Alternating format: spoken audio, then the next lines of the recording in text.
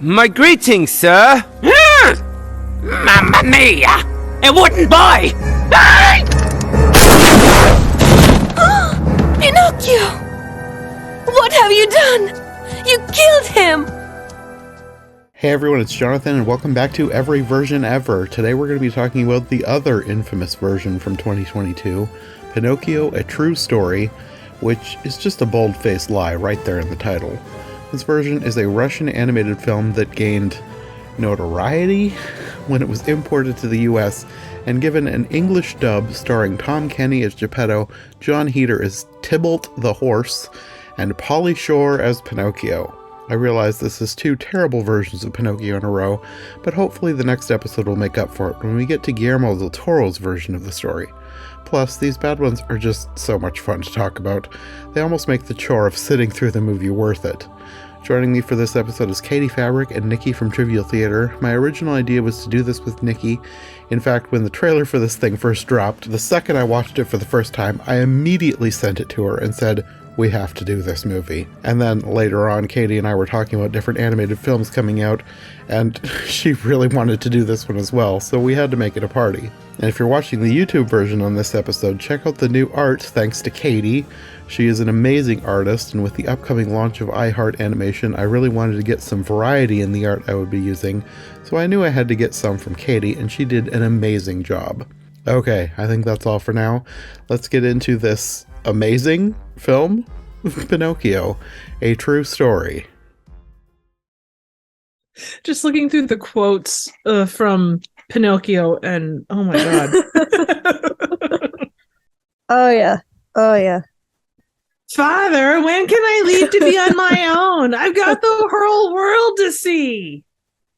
That quote made me realize I was watching the wrong version because I started watching one. I was like, this doesn't sound like John Heder. John Heder must be like really terrible at voice acting because this is awful.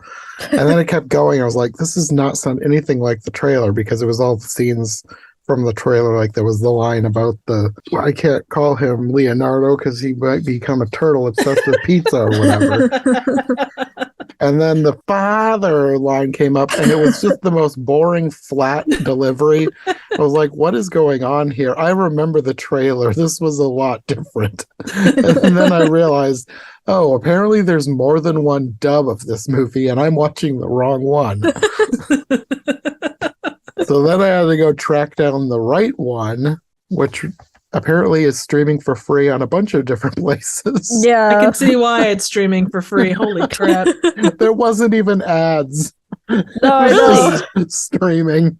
Oh my god, I had ads, like the same 3 commercials over and over and over. I suffered for you, John. I want you to understand that. I suffered just watching the movie. So, as the question I have to ask you, because, you know, I'm a weirdo, this or Santa Claus and the Ice Cream Bunny? Santa Claus and the Ice Cream Bunny. This or Santa Claus Conquers the Martians? Santa Claus Conquers the Martians. This or the Asylum version of War of the Worlds? This.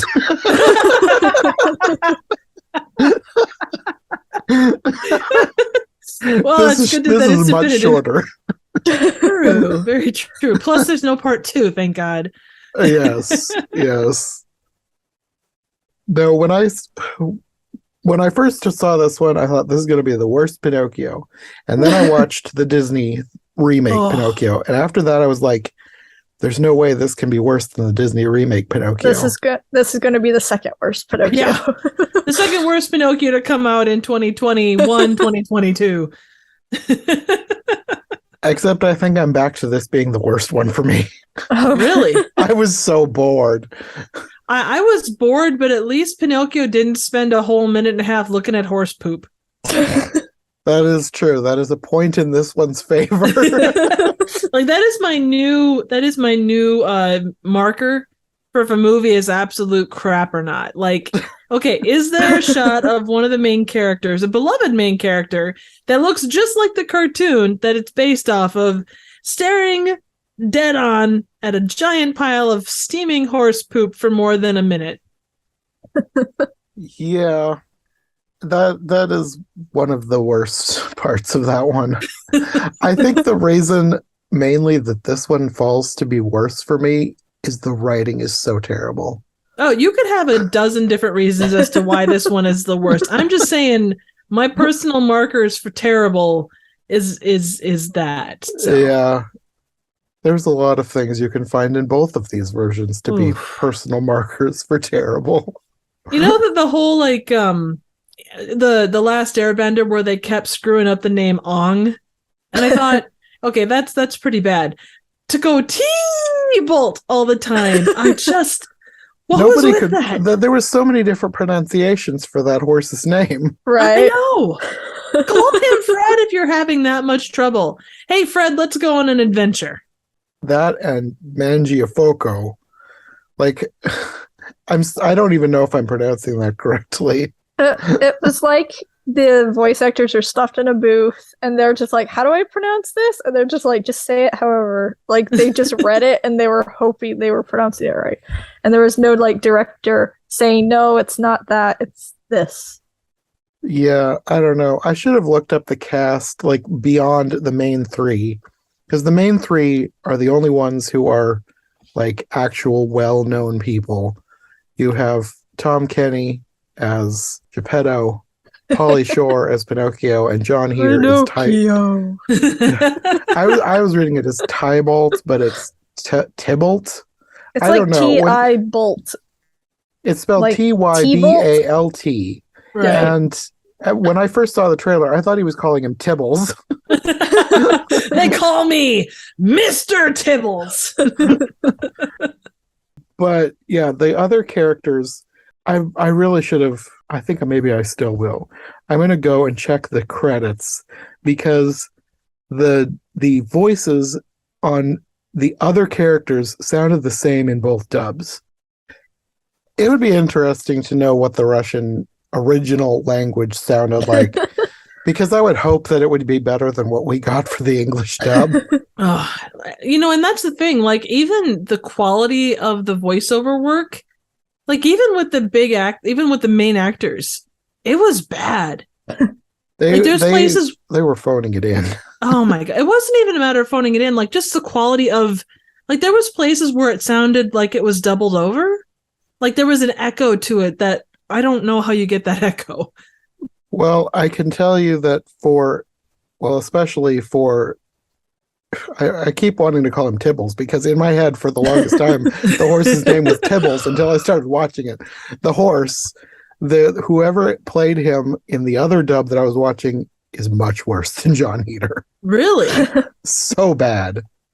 And what does that say when John Heater was like the best voiceover person in this? I don't know. Like, I like John Heater. Like, Napoleon Dynamite's one of my favorite movies, but this was not his best work. I don't think but it was still better than whoever else was doing this. He kind of sounded like he was trying to impersonate Tigger sometimes. Like, he would be like either talking normally or he was like doing some like goofy dumb voice. I was like, why do you keep changing your idea? It was so weird. Well, and they were saying that he's never seen this movie. Like, that's what the trivia said. And regarded, it's an IMDb trivia thing, so it may or may not be accurate. I mean, I wouldn't be surprised because I know that a lot of stars, well, especially like, I don't know if you would call it, was he like D-list? I don't even know what the tiers even mean, but like lesser known stars will do these just for the paycheck, just to keep getting work. Oh, true. Very true. Because there's a lot of these foreign films that come over just and get dubbed and put off on Netflix or whatever. Oh, yeah, I could see it. But it's weird that it's, I don't know, like, not that I hold Lionsgate to a higher standard, but like this feels like any of those, like you say, they're made in a different country, they're brought over, they're renamed to kind of fit whatever needs to be done. But I don't think I remember like a big name studio doing something like this. Like, it doesn't seem like something Lionsgate would traditionally do. Lionsgate has recently been one of the bigger importers of some of these low budget foreign animated films. Okay. And for better or for worse, they also do it for some higher budget things, but then they don't release them well. Like that's kind of been a problem with things like Shaun the Sheep. Lionsgate was the distributor and they did a terrible job promoting it and even getting it out there. Oh. So I think they're just kind of buying rights to things, trying to make a quick buck, but they're not doing a good job promoting it. This one got promoted more than others because of the meme factor. Oh, 100%. As soon as that trailer dropped, it was all over the internet because of the voice cast and the quality of their performances. Oof. Yeah. Okay, I've found my answer. The entire cast is the same except for the main three characters in the two dubs that I was watching. Ah. So the other actors, they were all just as bad. Like, their performances were really flat. Like, what's her name? The fairy. Lucina or Lucilda. Oh, Lucilda. Yeah, I kept wanting to call her Lucinda, but I knew that was incorrect. Like, she basically sounds like she's reading it, and she's not doing a good job acting. Same with the detective. The detective was terrible. I mean, the main villains weren't much better. They were fine, I guess. They were better than the detective. The detective was the worst, followed closely by Lucilda. They just sounded like they were phoning it in. But the horse was the worst in the first version that I was watching. It was so bad. I was like, this is John Heater. Like, I would have, because I thought when I was watching, I was assuming that I was watching the right one. I was like, John Heater cannot voice act. This is awful. I guess he's marginally better in his version, but I think part of the problem is I have a feeling that this is one of those cases where they're trying to match the lip movements, and that to me makes for very stilted dialogue. Very much. Because I guess the cadence or the movements it's different in other languages, and there's not going to be a one-to-one equal version for each word. Yeah. So it looked wrong. It sounded wrong. Like, to me, I don't really care if the lip movements are going to match for the dub or not. Just get it close enough and make it sound good. Well, make it entertaining. Make it, because a joke that works in Russian, if you were just to like pop that in Google Translate and spit it out the other side, it's not going to work. Yeah. Not that they did that here, but like you say, they were trying to match what was there, and it really limited what they could have done. Mm-hmm. And I don't know if they're saving this in any way, shape, or form, but it would have at least given them a chance. Yeah, I don't know if that would have saved it or not, because even the animation at times was terrible. Like, there was one scene where they're like driving the circus is driving through the city, and there's like all these very badly animated children running around. I do appreciate that they would always be like, isn't it beautiful? And you cut and you're like, sure. Take your word for it. And also Pinocchio, every character looked plastic. So Pinocchio looked like the other characters. He didn't look like he was some wooden freak like they were calling him at times. He just looked like another character. Yeah, he didn't, like, they didn't do enough to him.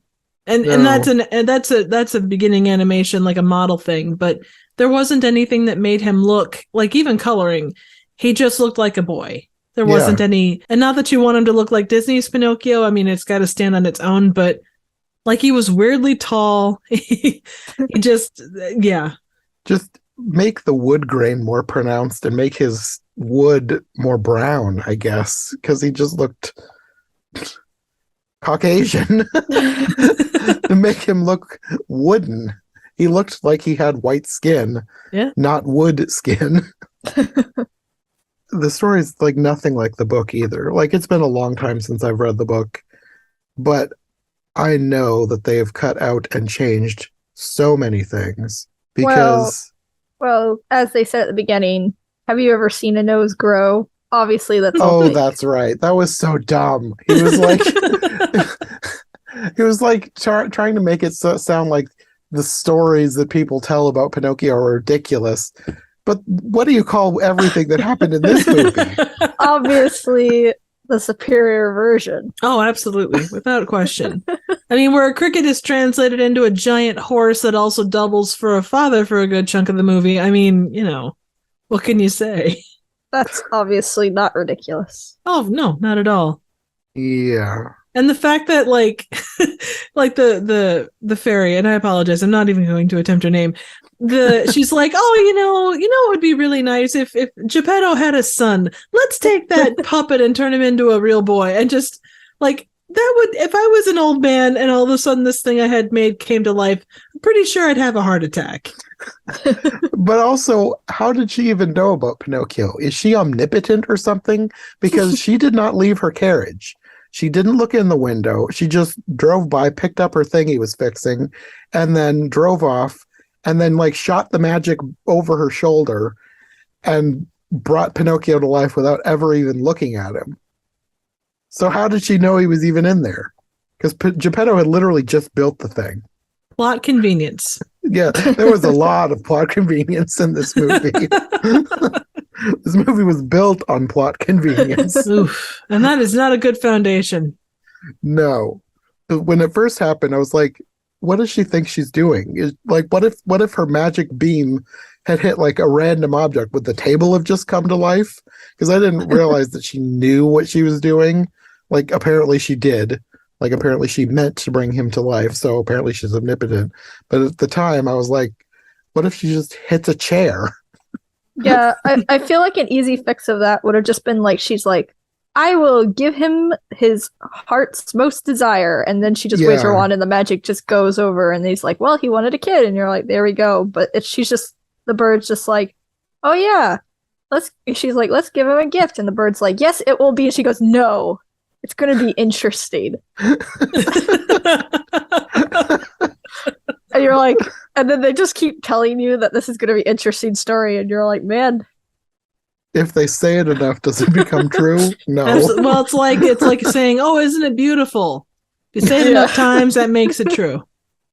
Yeah. There was also scenes where I felt like they added voice acting that they didn't need voice acting. Like anything from a distance, like when Pinocchio was doing circus tricks.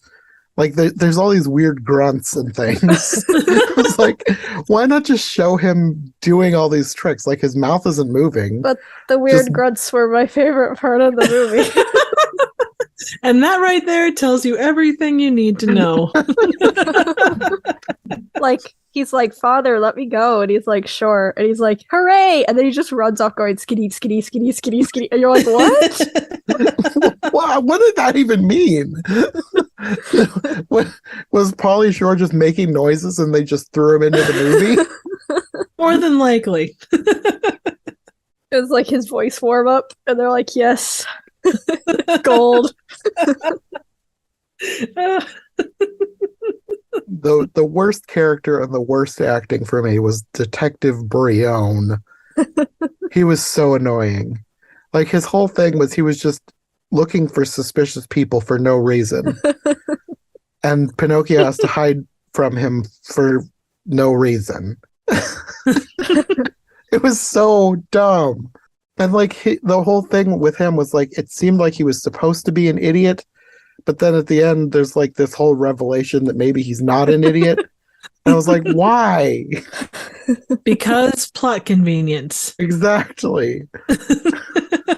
Because someone had an idea halfway through and they're like, oh wait, he's going to be important now. It feels like in Return of the Jedi where it's revealed that Luke and Leia are brother and sister. It was like a last minute decision. Like, oh hey, we need something for Bella. Okay. These two are connected. Yeah, I suppose. Except it was one of, like with Bella, they're like they're never in the same scene. They don't know each other. There's never anything previous to even like hint that you could retcon into them being connected, like you could with Luke and Leia. True. It just, as random as Luke and Leia might seem, this was so much more random. Oh, I agree. I'm just trying to offer some kind of thing. Yeah. But that whole thing is no different than Bella and Pinocchio like being deeply in love. Like it's out of nowhere. It's like, oh, all of a sudden Pinocchio has this deep, intimate connection with this girl. She is the most beautiful thing the world has to offer. Well, she's literally the only girl in the entire freaking movie outside of the fairy. And those random kids. Yeah, I don't think there is any other women with a speaking role. There's that really loud crowd woman. Like, whenever the crowd are shouting, there's always that really loud woman who's just like, get off the stage! You are horrible! Or, hooray! You saved us! You're like, that woman, they paid, she's like, this is my acting gig. Well, if you're not screaming something, you're not emoting properly. Exactly. And also, word of mouth travels. Why would you go to the circus and go, boo, all of this is terrible? And then she starts singing a semi-offbeat song and everybody's in love with everything. The crowd reactions to everything that happened in the circus made no sense. Because you had that scene with the cat and the fox having their act, and the cat's going to shoot the apple off the fox's head, but then he shoots and it's confetti, and everybody loves that. But then he throws away the gun, and then he somehow shoots a bullet out of his finger and explodes the apple, and everybody hates that. Seen it before. Exactly. I've seen a talking cat shoot an apple with his finger before. Okay, get something original. It was, and again, it's plot convenience, but it's like everyone acted the way the writer wanted them to act, whether it made any sense or not. Basically, yeah. There's that one crowd guy at the beginning, and he's just like, if it's anything like last year, I want my money back. You're like, if you've already watched it, why are you coming back? That was my exact thought when he said that. I was like, why are you here if you hated it a year ago? Well, you know what insanity is? Doing the same thing twice and expecting a different result. I think there are a lot of people with insanity in this movie. But you know what? The one thing we can take solace in, at least when it comes to this particular part, no one spent a good minute and a half staring at a giant pile of horse crap. That is true. It is 1 point in this movie's favor. I also appreciate that the circus was just called Circus. So then when you got all the posters, it just said Circus on it. Well, that way you don't have to worry about, like, if you say a certain name and someone's like, that guy owes me money. They can't do that. They can just say, oh, it's just a circus. Just Circus. Just Circus. It's like Prince, he doesn't need any other names. Mm-hmm.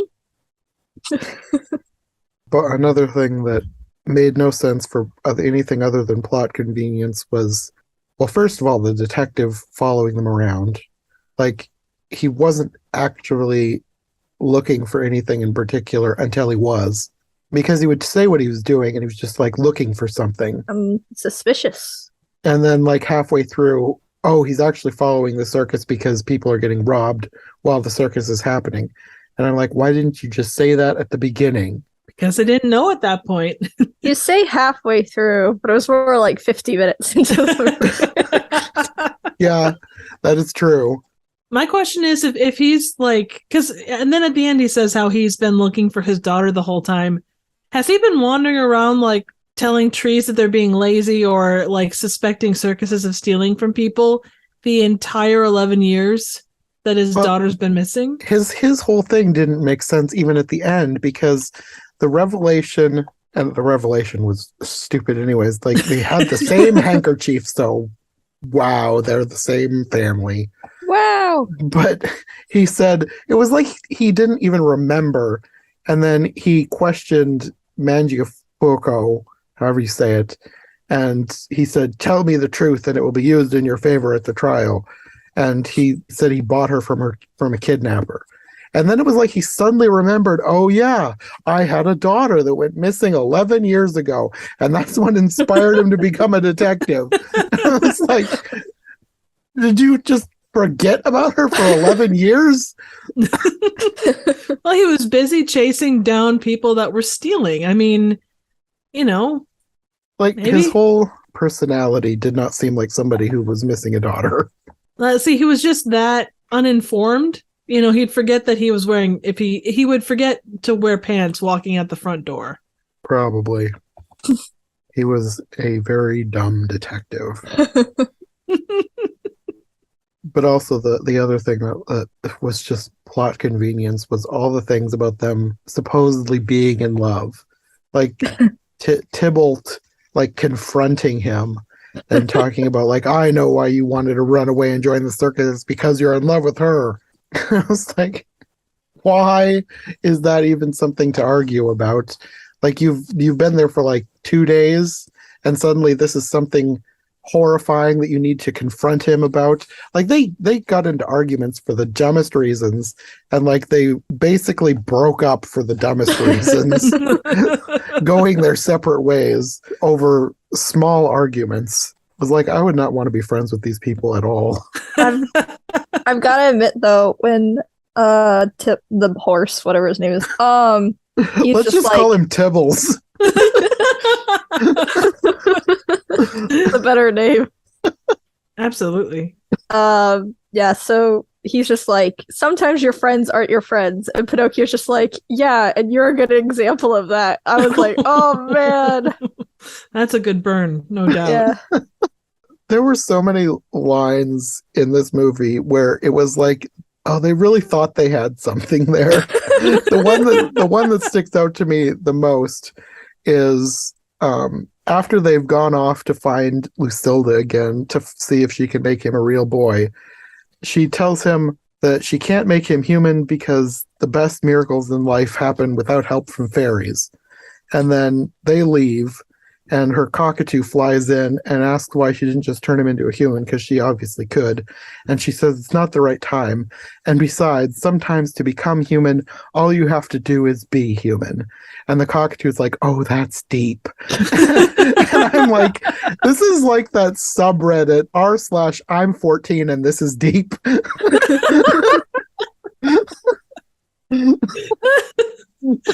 It's like the most trite observation that they think, oh, this is so meaningful.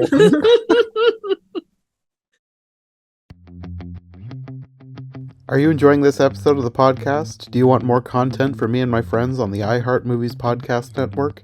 We have exclusive bonus episodes, extended episodes, preview content, and more waiting for you right now on Patreon. Patrons also get the chance to request episodes, so if you want me to cover something I've never done before, sign up and let me know.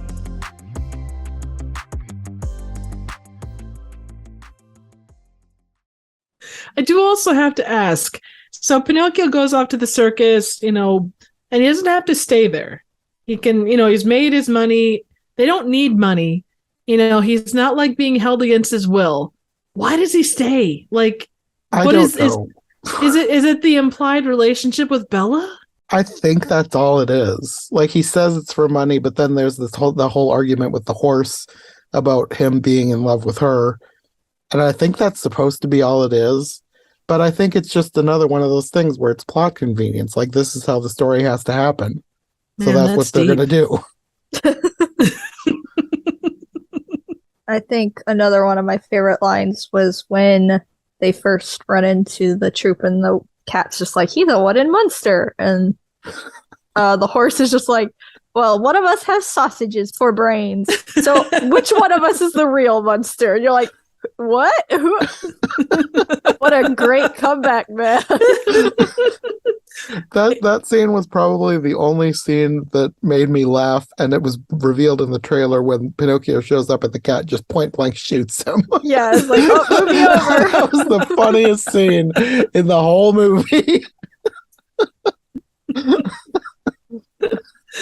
He has bullet immunity, okay?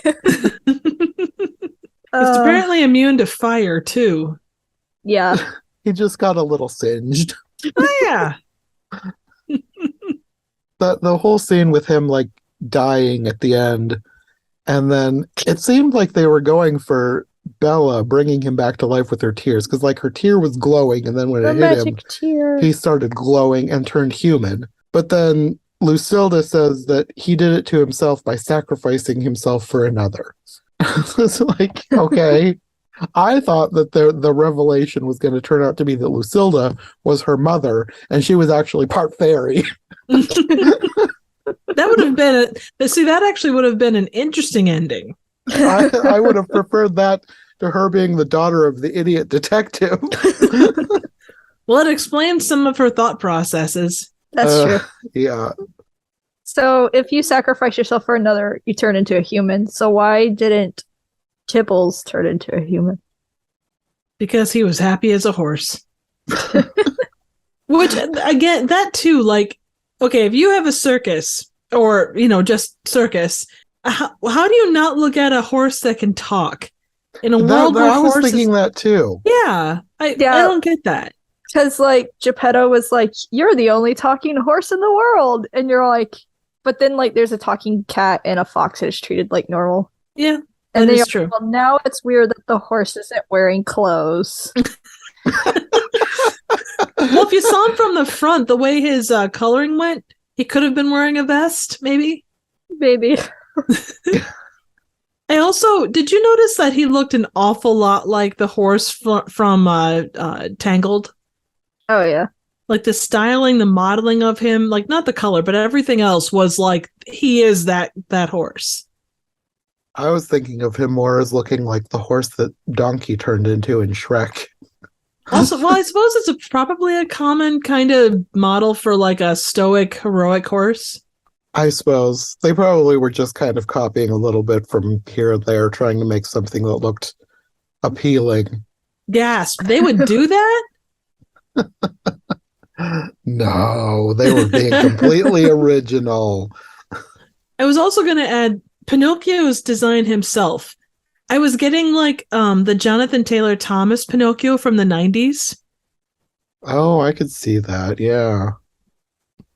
Except that one looked more like wood than this one did. Well, yeah, everything in this world looks more like wood than Pinocchio did. I mean, you could point at a ceramic mug and go, ooh, that looks more like wood than, Pinocchio's design in this movie. Ooh, look, here's a piece of fruit. That looks like wood,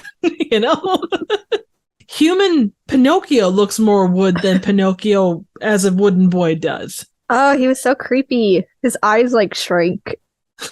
That is true. The wooden Pinocchio looked a whole lot better than the human Pinocchio, even though the wooden Pinocchio looked more human than the human Pinocchio. Man, I'm confused.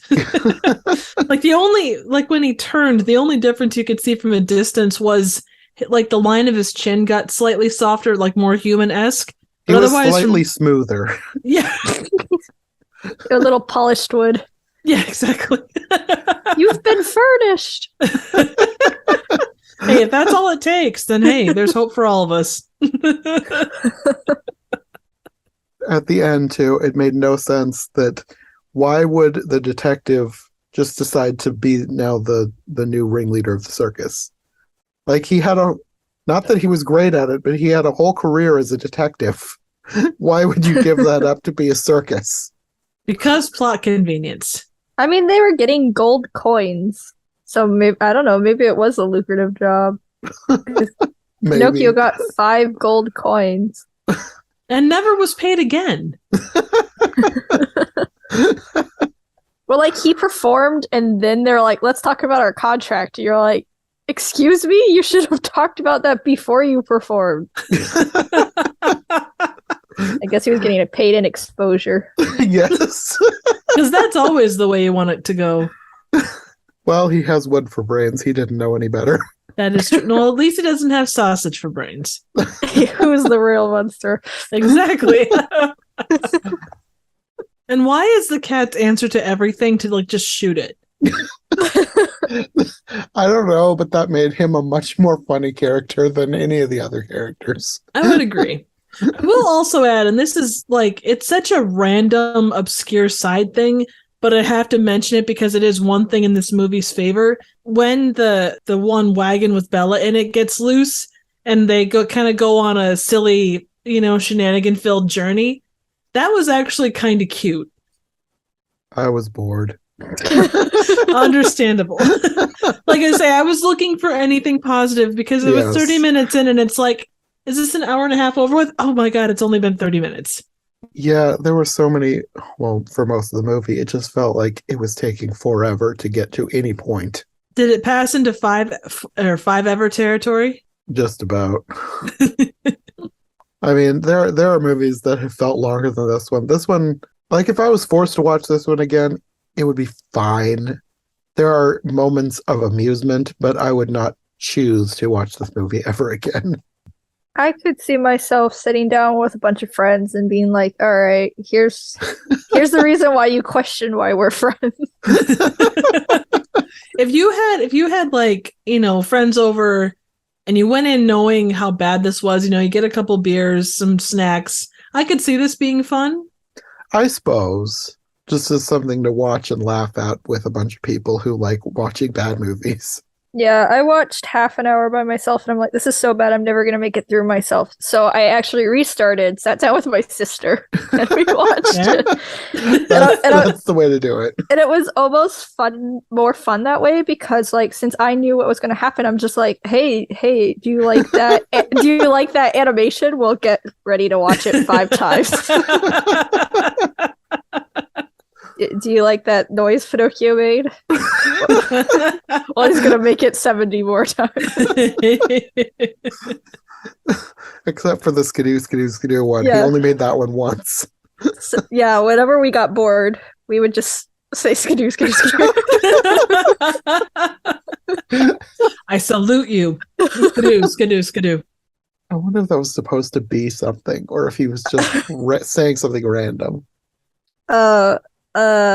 I guess another favorite part of mine was when Pinocchio came to life and he just shouts out loud, I'm a boy, I'm alive! And he's like falling over like a drunk person. And you're like, yeah, that's me in the morning. That was the scene when I first started questioning whether I was watching the right one or not, because his delivery was so flat in the original, whatever the first dub was. Mm-hmm. He sounded just so bored. And I was like, this does not sound like that trailer at all. And then by the point when it was the father line, I was like, I'm watching the wrong one. It has to be. This cannot be the same one from the trailer. And I was correct. Well, and, I've seen Pauly Shore movies, and I know that he's not, that age anymore, but everything that he said just sounded like a spoiled, rotten little brat, like saying his lines. Didn't he? Yeah, I mean, well, like I said, with him, like most of the interactions with him and Tibbles, they fought so much. And I was like, why are they friends? Why would anyone want to be friends with them? They're just annoying. Well, and the fact that Tybalt was his, quote, father, okay. Yeah, okay, is that a side thing for his conscience because you don't have any kind of a Jiminy Cricket in this? I think so. But it really didn't go anywhere other than them talking about him being his father at certain points. And then later, like, talking about grounding him. And he's like, he's not going to ground him. And it's like, well, then what's the point of me being your father? And it's like, what is the point of any of this? There's a good question. There's that scene with the detective. And he's, like, stuffing a rag in Pinocchio's mouth for reasons. And then the horse shows up and he's just like, I'm his father and I'm brave. And then the guy laughs and he goes, you? And you think, oh, he's going to say, you, his father? But it's, no, you brave? And you're like, oh, that was the problem you had with that sentence. There was a bunch of moments in this movie like that, where you think somebody's going to be talking about this one ridiculous thing, and then they're actually, for some reason, focused on something totally different. And it's like, who wrote this? And I what I would like to know is this the product of the dub, or was this how it was in the original? Because sometimes things get lost in translation, and sometimes with this one, I almost think that they did it on purpose for the memes. But it depends on the order of when the two dubs were made, because that kind of threw my, like, I was thinking maybe the first one was a British dub and then they redubbed the main characters, because sometimes they will do that. Like, they'll do a British dub and then redub some of the main characters to have American stars.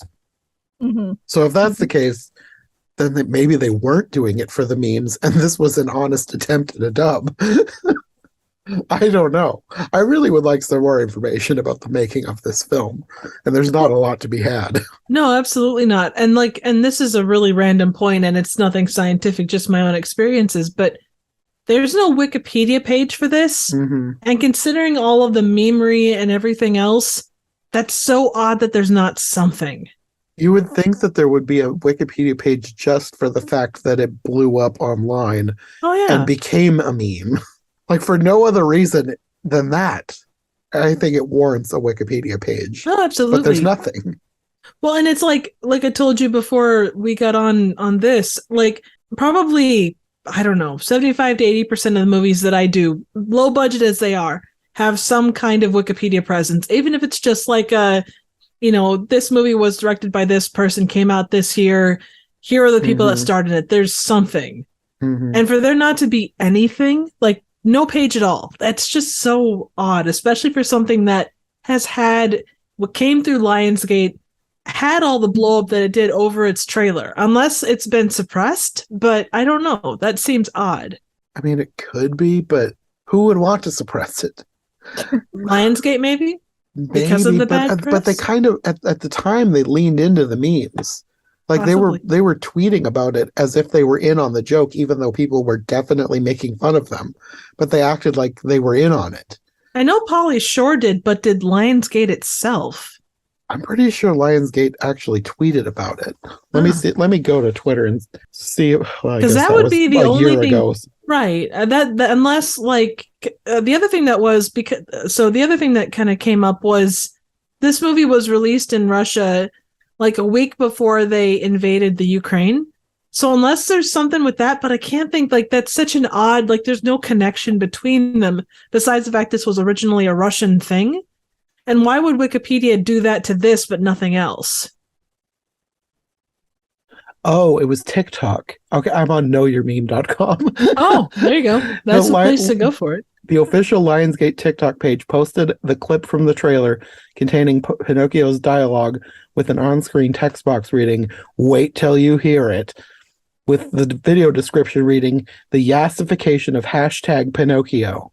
Oh, that's where that comes from. They were leaning into the meme at the time. Okay. I was wondering because I was looking through user reviews on IMDb and there was a lot of them that mentioned the yassification of Pinocchio.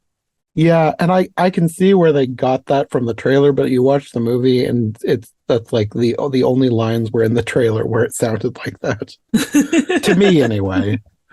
Father, when can I live on my own? You're literally 2 days old and a log. Hashtag Pinocchio for Best Picture 2023. I mean, hashtag this Pinocchio for Best Picture 2023. Got some of the reviews. If you need to laugh, oh my God, they're hilarious. A truly gorgeous work of art. Everything I could have ever wanted in life and more. The director deserves an EGOT. This movie is so beautiful, I started to sob and I haven't stopped. It completely changed my life. I think I saw God. Every bit of dialogue brought me closer and closer to the heavens above. This is one of the movies ever made. I can physically not stop watching it. This is one of the movies ever made. I will have to agree. I think this every bit of dialogue was bringing me closer to God. But Pinocchio is a clear girl boss in this movie. The story is so beautiful.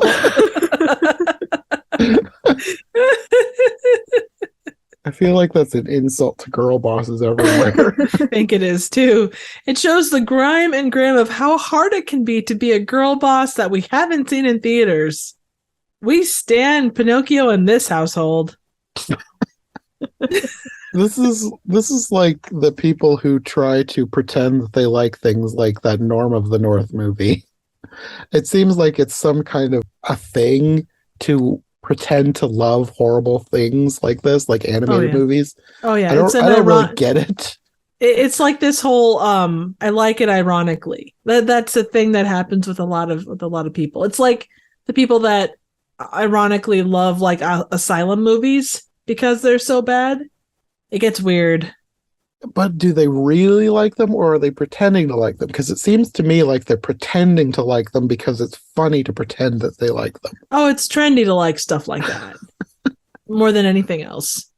It's all an ironic love. That's really what it comes down to in most cases. It's Yeah, like probably. so there's a movie called what is it? Cool Cat. And most of the people that like it ironically. They'll buy the shirts to be like, hey, look at this. It's ridiculous, it's weird. But it's relatively common, so but some of those people will turn out to, eventually they watch it enough where it's like, this is growing on me like a fungus. Yeah, well, I'm not going to watch this one enough for it to grow on me like fungus. Oh, I love that. Just looking at the poster here, from the producers of The Big Trip and The Big Trip 2 Special Delivery. Whatever that is. It's probably another one of those cheap Russian animated film that was imported and dubbed badly. Quite possibly. I don't like rating movies, but I usually try to give them a star rating when I put them into my letterbox lists. So I think I'm probably going to give this one a 1 star, and the only thing that's saving it from being a half star is the fact that it was funny when the cat shot him. It's an hour and 20 minutes that you will never ever get back. That's my review. It's one of those things where I'm glad I'm doing a podcast on it, because otherwise this would not have been worth watching. But to have a conversation about it, that makes it worth it. That's its only saving grace. Oh, I would agree. And it's with 2 awesome other people too. Yes. Yeah, for most of these kinds of movies, I would not watch this for any other reason other than I do enjoy talking about these kinds of things with people. Because sometimes it's more fun to talk about these awful movies than it is to talk about kind of a moderately fine, okay, nice-ish movie. Oh yeah. Oh yeah. Well, the mantra that I've learned to live by is that the worst thing a movie can be is boring. And although this was, it had a lot of moments of boring, there were some redeeming things, especially when you're talking about it with other people. It was like half boring, half what on earth is this? I can't wait to talk about it. And then the one scene where the cat shoots Pinocchio. Yes. Well, I think we've probably exhausted all of the topics we have for this movie, unless anyone has any final thoughts. I've covered all my points. But let me reiterate again, for those that may be wondering. This whole movie is still better than Pinocchio, the Disney live-action remake, because no one stared at a giant pile of horse crap for a solid minute. If I put in a letterbox review, that's my letterbox review. That sounds like a good, honest review. I thought so. I mean, yeah, like, you can complain about anything that happened in this movie, but you have to agree that, it's a true story. And because have you ever seen a nose grow in front of you? A valid point. But this feels like based on a true story, in the same way that Annabelle is based on a true story. Like, there was a doll called Annabelle, and that's kind of it. Oh, I thought you were talking about that cow movie about the cow that became a reindeer or something. I mean, probably could talk about that too. That was probably based on a true story at one point, but in this particular instance, no.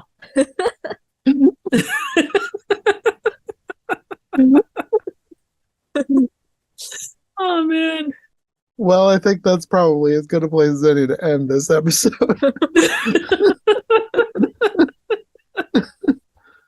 Do you guys want to let people know where to find you if they want more from you? Katie? Oh gosh, do they want more? Oh yes. Yeah, you can find me on Twitter and Instagram at KT Draws Things, and I draw things sometimes. I worked on a graphic novel alongside my friend, so you can go check that out. Okay, and Nicki? So you can find me not staring at horse crap for a solid minute and a half on YouTube. I do random, obscure, and straight up bad movie reviews. So definitely check me there. I'm also on Twitter and Instagram at Trivial Theater. Okay, well, we will probably be back for something a lot better than this one in the future. Oh, please, God. So, until next time.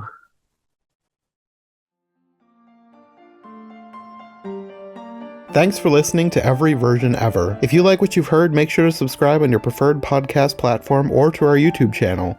Make sure to follow my co-hosts as well, and if you want more content from us, check out one of the other podcasts in the I Heart Movies podcast network, or check out my brand new Patreon. My link tree, as well as any other relevant links, will be in the description. We'll be back soon with another brand new episode, so thanks for listening, and we'll see you next time.